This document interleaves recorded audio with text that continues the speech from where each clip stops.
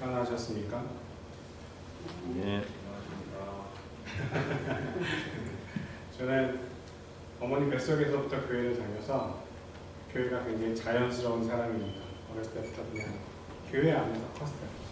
저희 어머니가 교회 개척교회를 섬기셔서 저희 어머니 어렸을 때는 폐지나 폐품을 모아서 팔아서 교회 건축하는 데 도움을 주시고 했던 그런 신앙의 모범을 보이셨던 어머님이셨습니다. 저희 아버님 올해 돌아가셨는데 그때까지도 끝까지 저희 아버님 늘 하시던 말씀 중에 하나가 아들이 목사라 월요일이나 화요일날 내가 죽어야 우리 아들이 장례를 치르고 무사히 주일날 예배를 드릴 텐데 항상 그러셨어요. 그러신 분이셨어요.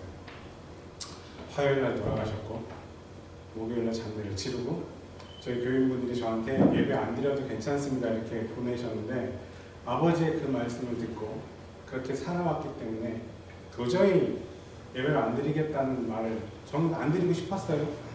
설교가 되겠어요? 근데 아버님의 그 신앙을 본받아가는 삶을 살기 위해서 예배를 드리겠습니다. 그리고 인터넷으로 예배를 드렸습니다. 그렇게 그냥 교회가 편한 사람이에요. 그렇게 살면서 중학교 시절 실현회에서 은혜를 받고 목회로 부르신 하나님의 소명을 받고 신학대학에 입학했습니다. 학부랑 대학원을 한 학교에서 다녔기 때문에 동기들과도 끈끈한 정이 있고 그리고 미국에 저희 동기가 9명 있는데 그 동기들과도 참 잘 지냅니다. 그리고 교수님과도 단순히 사제지간의 정을 넘어서 좋은 관계를 군대를 갔다 오고 나서 대학원을 또 다녔기 때문에 좋은 관계를 계속 유지하면서 살았습니다. 그래서 교회라는 게 그리고 신앙이라는 게 저한테는 너무나 자연스럽고 그냥 편안한 옷을 입은 그런 삶을 살아왔습니다. 그러던 와중에 한 번은 어떤 교수님과 교수님 댁에서 모여서 식사를 하면서 이야기 나누는 시간이 있었습니다. 그때 교수님은 당신이 진짜 그리스도인으로서 그리고 진짜 목사로서의 삶을 살게 된 계기 같은 이야기를 저희들에게 들려주셨습니다. 1970년대 신학교를 마치신 교수님은 더 좋은 환경에서 신학을 공부하고 싶으셔서 미국에 유학 오기로 결심하셨습니다. 미국행을 위해서 열심히 준비하셨고 마침내 미국행 비행기에 몸을 실으실 수 있었습니다. 일본을 거쳐서 미국 공항에 도착하셔서 수속을 마치고 나와서 픽업해 주기로 한 미국 백인 목사님을 만났습니다. 그 미국 백인 목사님은 한국에서 선교사로 활동하시다가 잠시 미국에 돌아오셔서 휴식의 시간을 보내는 그런 분이셨답니다. 서로 반갑게 인사하고 차에 올랐습니다. 잠시 어색한 정적이 흐르고 그 미국 목사님이 먼저 그 정적을 깨면서 이렇게 저희 교수님에게 그때는 교수님이 아니셨죠? 그냥 저희 목사님에게 그 교수님에게 이렇게 물으셨답니다. Are you Christian? 당신은 그리스도인이십니까? 이렇게 물으셨대요. 그래서 이 교수님 생각에 뭐 이런 뚱땅치 같은 얘기를 하나. 너 그래도 명색이 목사인데. 그래서 yes! 라고 대답하셨대요. 근데 그 대답이 딱 끝나자마자 그 백인 목사님이 다시 Are you real Christian? 이라고 물어보셨답니다. 너 진짜 그리스도인이? 이렇게 물어보신 거겠죠? 그래서 그 물음을 딱 듣는 순간 뭐라고 대답해야 하지? 그렇게 망설이고 있는 그 순간 그 백인 목사님이 How do I know that you are Christian? 너가 그리스도인인 걸 내가 어떻게 알겠니? 이렇게 물어보셨대요. 대답할 수 없었다면 아무 말도 대답하지 못하고 정적 속에서 자신의 학교까지 그 오랜 시간을 뻘쭘하게 차 안에서 계셨다는 이야기의 그 내용을 저에게 들려주셨습니다. 그러면서 저희들에게 물어보셨어요. How do I know that you are Christian? 저희는 목사가 되기로 결심하고 신학교에서 공부하는 학생들이었는데 뭐라고 대답해야 될까요? 저도 물론 고민했습니다. 제가 여러분에게 이 시간 물어보겠습니다. Are you Christian? Are you real Christian? How do I know that you are Christian? 뭐라고 답하기가 참 애매하죠. 저도 그때 그 교수님의 이야기를 들으면서 제 마음속에 엄청난 찔림이 있었습니다. 엄청난 울림이 있었습니다. 아직도 제가 그 얘기를 들은 게 한 30년쯤, 7, 8년쯤 전의 일인 것 같아요. 그런데도 아직도 가끔 이 얘기가 생각나는 이유는 제 마음속에 큰 울림이 있었기 때문이라고 생각합니다. 그리고 제가 그 이야기를 들으면서 그런 생각을 했습니다. 좋은 설교는 엄청나게 좋은 이야기를 많이 해주는 게 아니라 마음속에 좋은 질문을 갖게 해주는 거구나. 그런 생각이 들었습니다. 여러분도 오늘 이 말씀을 통해서 부족한 종의 말씀을 전하지만 여러분의 마음속에 찔림이, 울림이, 하나님이 주시는 질문이 있으시기를 주님의 이름으로 축원합니다. 아멘. 여러분 우리 참 말하는 거 좋아합니다. 그죠? 저도 말하는 거 좋아합니다. 저 교회 오기 전에 한국에 통화했는데 카톡으로 전화를 하면서 후배 목사님이랑 통화했는데 1시간 40분을 통화했더라고요. 그래서 제가 하다가 야 끊어야 돼. 나 지금 예배 드려가야 돼. 그랬더니 예배 안 드리셨어요? 이렇게 얘기하더라고요. 그래서 말하는 거 좋아하잖아요. 특히 목사들도 말하는 거 좋아합니다. 특히 남 얘기하는 거 더 좋아하죠. 그죠? 남 얘기하면 밤새는 줄 모릅니다. 그만큼 우리는 말하는 거 좋아하면서 살아왔습니다. 그죠? 전화를 해도 제가 한 것처럼 카톡으로 전화해도 오랜 시간 통화할 수 있습니다. 옛날에 전화기 없었을 때는 어떻게 했을까요? 우물가에 모이고, 그죠? 장터에 모여서 열심히 얘기했습니다. 사람 사는 얘기, 누구네 집에는 무슨 일이 있다더라, 누구네 집에는 뭐 누가 잘못됐다더라, 그쵸?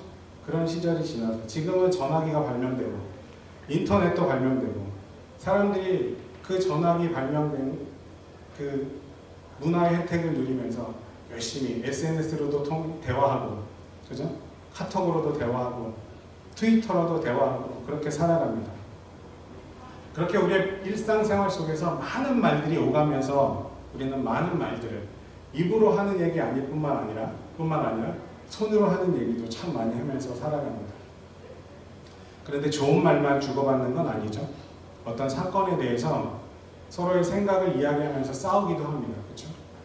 또 자극적인 일, 독특한 일에 대해서 사람들은 굉장한 관심을 갖고 그 일에 대해서 엉뚱한 소문을 그렇게 만들어내기도 합니다. 그래서 부자들, 연예인들, 사생활은 아주 미국이나 한국이나 아주 큰 그런 가십거리가 되죠. 정치에 관해서도 아주 인기 있는 주제입니다. 그렇게 예수님 당시에도 예수님에 관해서 사람들은 얘기했습니다. 뭐라고요? 모이면 병든 자를 고치셨다는 사람이 있대. 눈이 먼 사람을 보게 한 사람이 있었대. 몇천 명이 넘는 무리가 모였는데 그 사람들을 다 먹였대. 뭐 이런 얘기들을 서로 주고받으면서 아이 거짓말이겠지. 아니야 진짜라니까. 그렇게 입에서 입으로 예수님에 관한 얘기들이 전파되기 시작했습니다. 죽은 사람을 살리고 무리를 걸으셨다는 얘기, 악랄한 귀신까지도 쫓으셨다는 그런 소문들까지 사람들이 입에서 오르내리락 하면서 예수님에 대한 소문들이 퍼져나가기 시작했습니다. 예수님도 아마도 사람들이 자신에 관해서 얘기하는 것을 아셨던 것 같습니다. 그래서 우리는 모르면 어디에 묻죠? 모르는 게 생기면? 제가 옛날에 최혜순 목사님 계실 때 페이스북에 대해서 잘 몰라서 전화를 해서 이거 어떻게 하는 거야? 물어봤더니 목사님 잠시만요 이러더니 막 해서 금방 가르쳐 주더라고요. 그래서 정 목사님 그런 것들 어떻게 빨리빨리 잘 알아? 그랬더니 하는 말이 목사님 구글은 모든 걸 알고 있습니다. 그래서 저한테 구글에 서치하면 금방 알 수 있습니다. 한국에 계신 분들은 어디에 물어보죠? 네이버에 물어봅니다. 제가 절대 광고하는 건 아니에요. 그죠?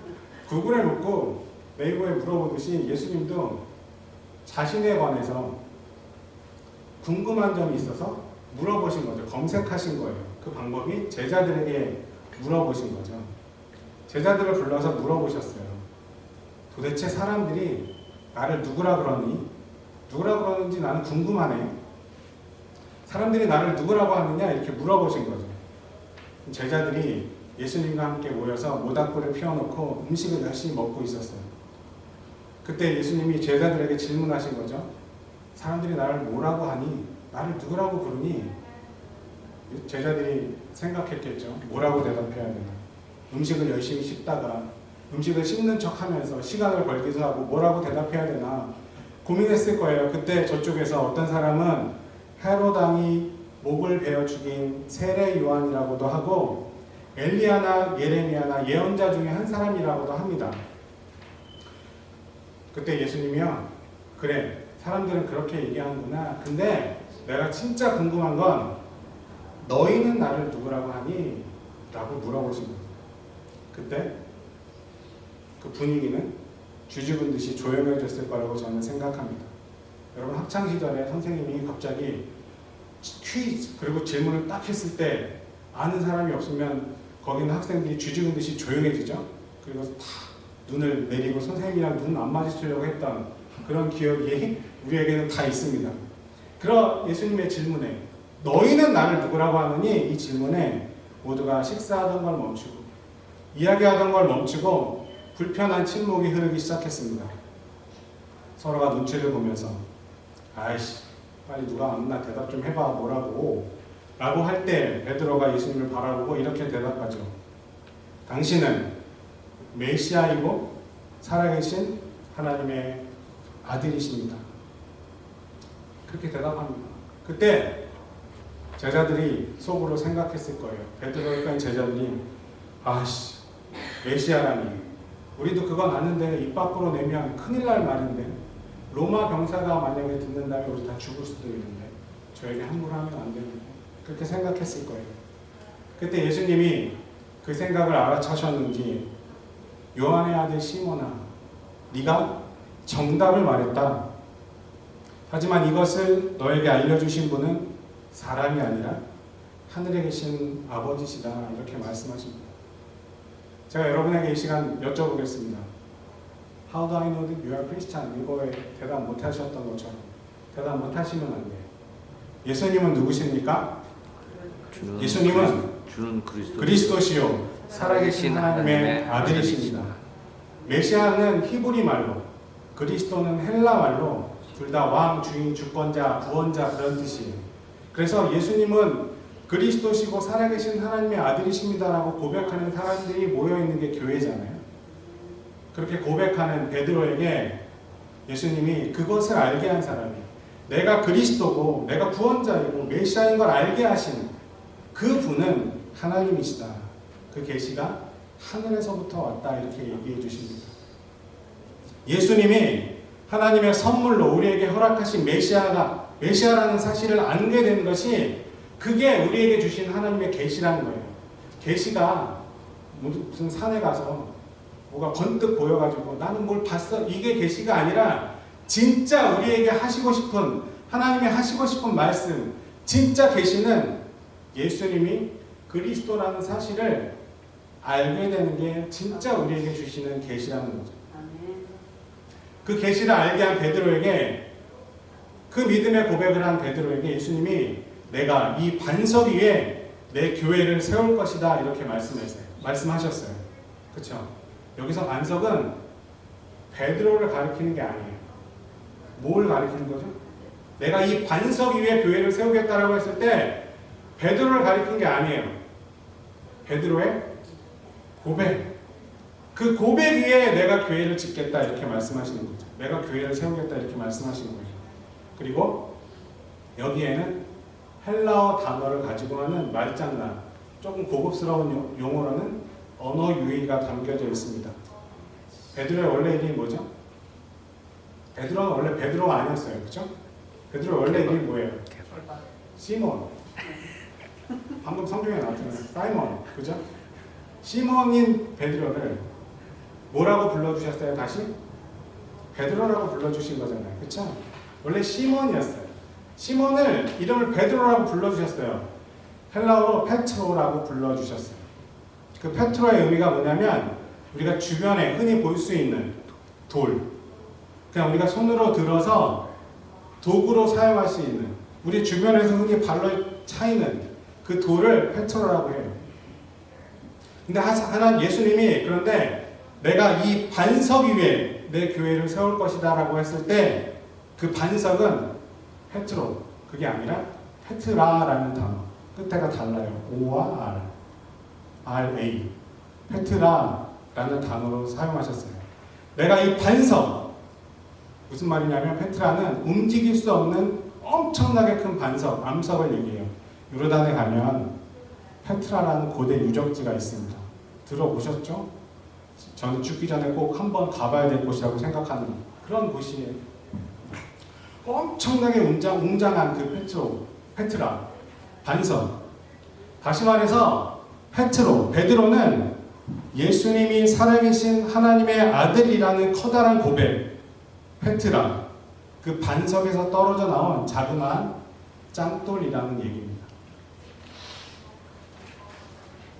예수님은 베드로가 그 고백, 그 반석에서 떨어져 나온 작은 돌로 살아가기를 원하고 계시는 거예요.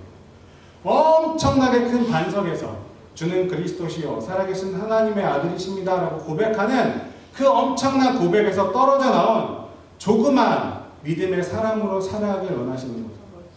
그 엄청난 큰 반석에서 떨어져 나온 조그만 짱돌도 엄청난 암석과 재질은 똑같습니다. 그쵸? 베드로도 그 반석의 일부라는 거죠.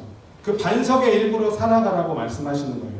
우리가 주는 그리스도시요 살아계신 하나님의 아들이심을 고백하는 믿음의 사람으로 여자에 모였다면 우리도 페트라에서 떨어져 나온 페트로로 살아가야 한다라고 오늘 말씀을 통해서 우리에게 얘기하시는 거죠. 아멘? 예수님 이것만 얘기하신 게 아니에요. 뭘 하나 더 얘기하셨죠? 베드로의 고백 위에 네가 그 고백을 하니 내가 천국의 열쇠를 줄게 이렇게 얘기하셨어요. 그 이후로 우리는 16세기, 17세기, 18세기의 수많은 베드로에 등장하는 그림 속에는 베드로가 키를 들고 천국의 문을 지키는 그림들을, 수많은 그림들을 볼 수 있게 됐습니다. 그럼 베드로가 천국으로 가는 유일한 천국의 열쇠를 가지고 있을까요? 천국의 열쇠는 도대체 어떻게 생겼을까요? 천국의 열쇠니까 어마어마하게 생겼을까요? 예수님 우리에게 얘기하시는 거예요. 천국의 열쇠는 뭐 엄청난 게 아니라 예수는 누구인가, 내가 누구인가를 정확하게 고백할 수 있는 사람이 가질 수 있는 거다라고 우리에게 말씀해 주시는 거죠. 주는 그리스도시요 살아계신 하나님의 아들이십니다가 진짜 믿어주고 그걸 고백할 수 있고 그걸 주변 사람들에게 이야기할 수 있는 사람이라면 우리도 천국에 갈 수 있어요. 그 암호를 나눠주면 우리 주변에 있는 사람들도 천국에 편안하게 갈 수 있어요. 이 고백이 이만큼 중요하다는 사실입니다. 여러분은 예수님을 어떻게 고백하십니까? 여러분의 답이 진짜 중요하죠. 그 답에 엄청난 게 담겨 있습니다. 정답은 천국의 문을 열게 할 수 있습니다. 정확한 대답은 교회를 짓는 반석이 될 수 있습니다. 답이 뭐였죠?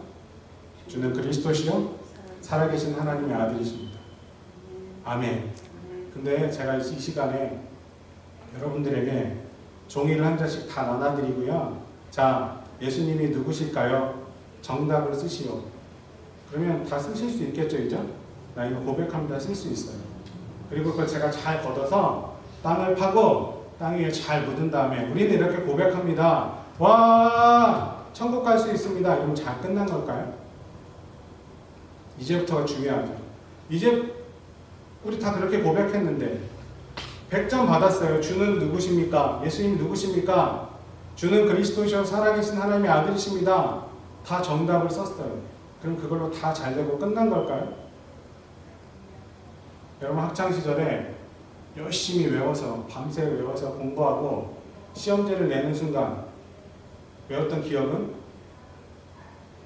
저만치 사라져 갑니다. 그렇죠? 여러분 지금도 기억나는 게 있지만 보통 시험 보고 나면 다 잊어버리잖아요. 근데 시험을 다 치르고 답안지를 내는 순간 잊어버려도 되는 그 정답과는 달리 천국의 문을 여는 그 답은 절대 우리가 잊어버려서는 안 된다는 말입니다. 잊어버려서는 안 된다는 의미는 우리의 마음에 새기고 우리의 삶으로 살아낼 수 있어야 된다. 그게 내 것이 된다는 의미예요.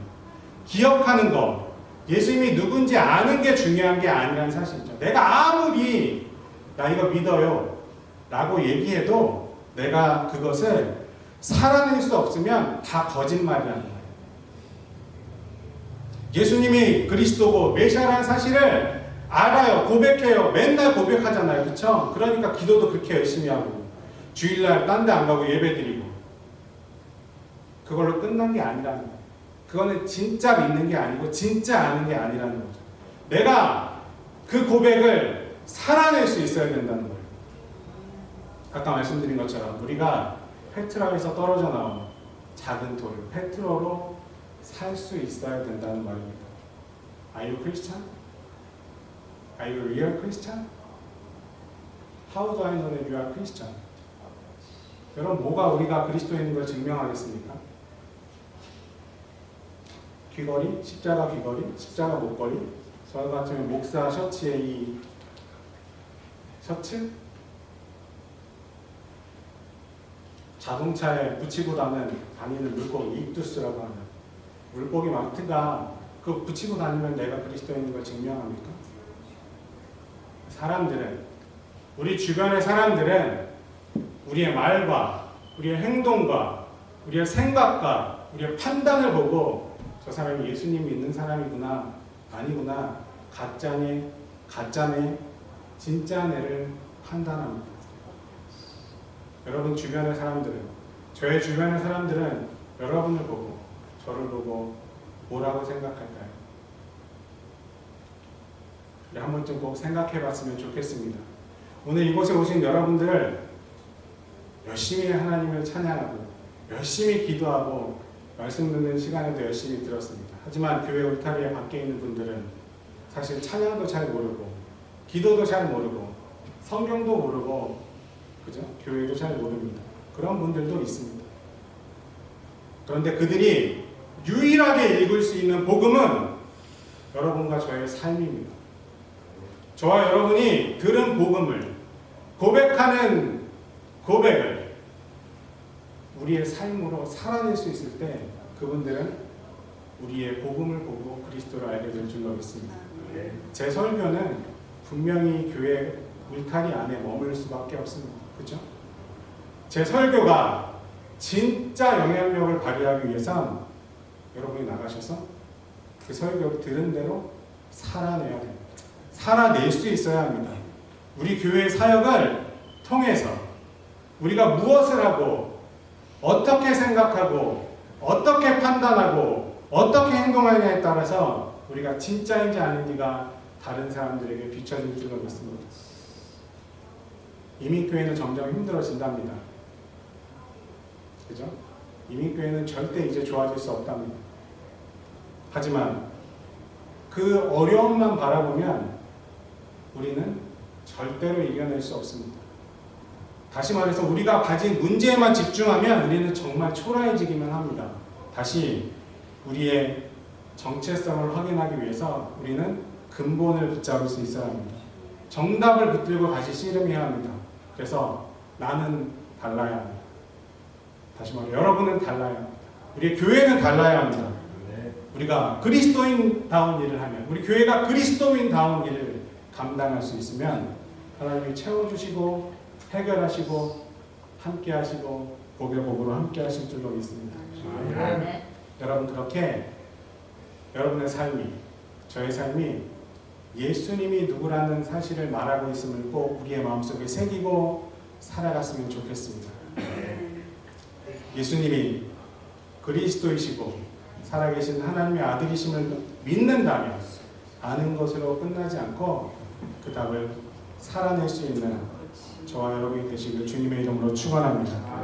그것이 우리의 삶을 든든히 바치는 반석이 될 줄로 믿습니다.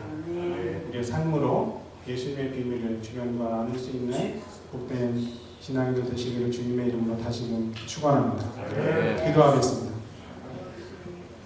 좋으신 하나님 감사합니다. 주는 그리스도시요 살아계신 하나님의 아들이십니다.